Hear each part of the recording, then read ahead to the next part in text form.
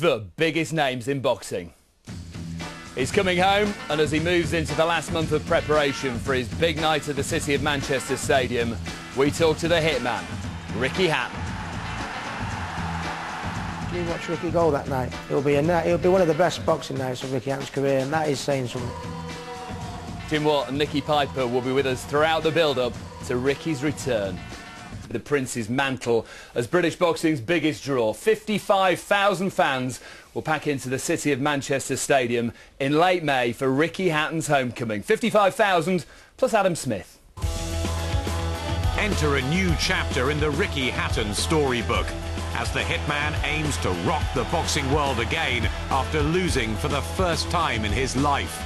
Now back at home, comfortable in familiar surroundings, Hatton's doggedly determined to relight the fire. You know, you can get beat, have your first defeat, and then you can hang the gloves up. And then, you know, your whole legacy is shattered because you're not the champion what people thought you were. I've got beat and I want to come and bounce back stronger, and I will do. Hatton's back to perform in the city he loves and at the stadium of the football team he adores. 55,000 fans rush for the tickets to the biggest boxing event of the year, which will be a real star-studded occasion. I should imagine half the Premiership's coming. Obviously Wayne Rooney's coming, and you know, all the United boys will be coming, and all the City players, and Coronation Street. Like, I think it'll be a who's who, really. Thousands were left heartbroken in Vegas. Now all eyes are on how Hatton will come back from that knockout defeat to Floyd Mayweather, which left the team devastated. I was bitterly upset. I mean, I couldn't get my head around it. The first time I watched it, you know, the fight, I broke down in tears. I did take it bad. I did take it badly. I didn't speak to anyone. I switched my phone off. Stayed in Vegas. Didn't speak to anybody. Loyal to the core, Hatton kept faith with Billy Graham, but a new face has also joined the team.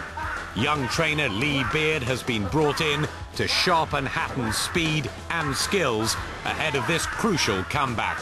I've been brought in to do extra pads with Ricky on combinations, putting shots together, trying to get him to block and catch a few shots, and obviously move his head and slip and, you know, roll and that type of thing. He's got the best of both worlds. He's got Billy's experience and all Billy's guile and know-how, and now he's got Lee in. That's just bringing in maybe a little bit different combinations on the pads. So I think we could see one or two new things from Ricky.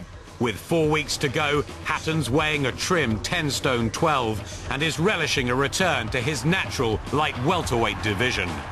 In weight lies the dangerous and hardened Mexican Californian Juan Lazcano. He comes, he fights, he goes toe-to-toe, he doesn't take a backward step, you know, and those are people that I like to involve with, you know, to give the fans, you know, value for money and entertainment. You know, some fighters out there are fighting someone no one's heard of. You know, everybody in boxing knows Juan Lazcano. Good, well-rounded Mexican. They're always tough, can punch, good body puncher. Tucks up, looks after himself well. Anybody who fights Lazcano comes out knowing that they've been in a fight. I expect it to be tough and fighty while it's going on. 3 years after that unforgettable night in Manchester when he stunned Kostya Tszyu, Ricky Hatton's desperate to thrill those legions of fans, and he's back home again for this very special evening. It's a new chapter. I mean, I believe the best is still yet to come. You watch Ricky go that night. It'll be one of the best boxing nights of Ricky Hatton's career, and that is saying something. Jimmy says it'll be one of the best boxing nights of his career. It's going to be some occasion, isn't it? Yeah, I think it's going to be how to bring Ricky back from the Mayweather defeat. It was a difficult job, and I think this is a fantastic idea because it's a mega event. Ricky still sees himself as a major force in world boxing, so he's going to have to produce a couple of dominant performances for the rest of this year, and I think he's going to be inspired. 55,000 fans, he's going to produce a dominant performance, I'm sure he will. Who else in the world could sell out a stadium in record time? 55,000, Nicky. I really don't think anybody in the world can fill it out, you know. I mean, the big shows in Las Vegas are struggling to sell at the moment, and they're only 20,000, but 55,000 sold out within hours, and it was an amazing, nobody could believe it, but 55,000. I mean, he brought 25,000 fans to Vegas who weren't going to be at the fight. I mean, I've never known, there's never been a fighter with Ricky Hatton's popularity, never. We've never seen a British fighter. In the ring, what are you looking for, Jim, on the night? I would like to see Ricky going back a stage. I don't expect him to learn new things. I think he changed his style for the Costa's U fight. All out aggression, not putting too much thought into what he was doing but getting the result. I'd like to see him going back to using his skills a little bit more, because he's stuck with that style. He's had a couple of struggles in some of his fights since then. Ground out results, showed different parts of his character that he could grind out a result, but I'd like to see him using a bit more of his skills again, and hopefully that's what he'll be doing. Honing those skills with a new trainer as well. Yes, young Mr. Beard, and I think that's what they've done after the loss. Maybe they're trying something different psychologically, and bringing somebody fresh in with new ideas and a young fit man that can really hold the pads strongly is something maybe that they're working on. Well, it's Hatton's first fight back in Manchester since the greatest night of his career against Kostya-Tszyu. Could it be another high-octane display like that sensational upset? Good jab that from Hatton. And there's a left hook though from Tszyu. It's not only the right hand you have to worry about. Body shot was a good one. He's really bustling and trying to wrap up Tszyu on the inside. And the Russian-born Aussie is having some bad moves. Then the uppercuts. Three in the front. Super punches. Listen to the crowd. Respond to that. It's a pulsating, turbocharged atmosphere in here as Hatton makes the running early. There's that left hook to the body, again from Hatton. He does throw that punch wonderfully well, and then he clips Tszyu with a nice short right as well. Oh, that time he walked onto the left hook, he took that as well. Tszyu dropped his hands and got caught by a right hand. Perpetual motion, whirling dervish type stuff from Ricky Hatton. Work, then more work. Left hook, right uppercut on the inside. Then he bustles Tszyu against the ropes. It's his kind of fight at the moment. Lovely uppercut from Hatton. Then a body shot. Then another uppercut.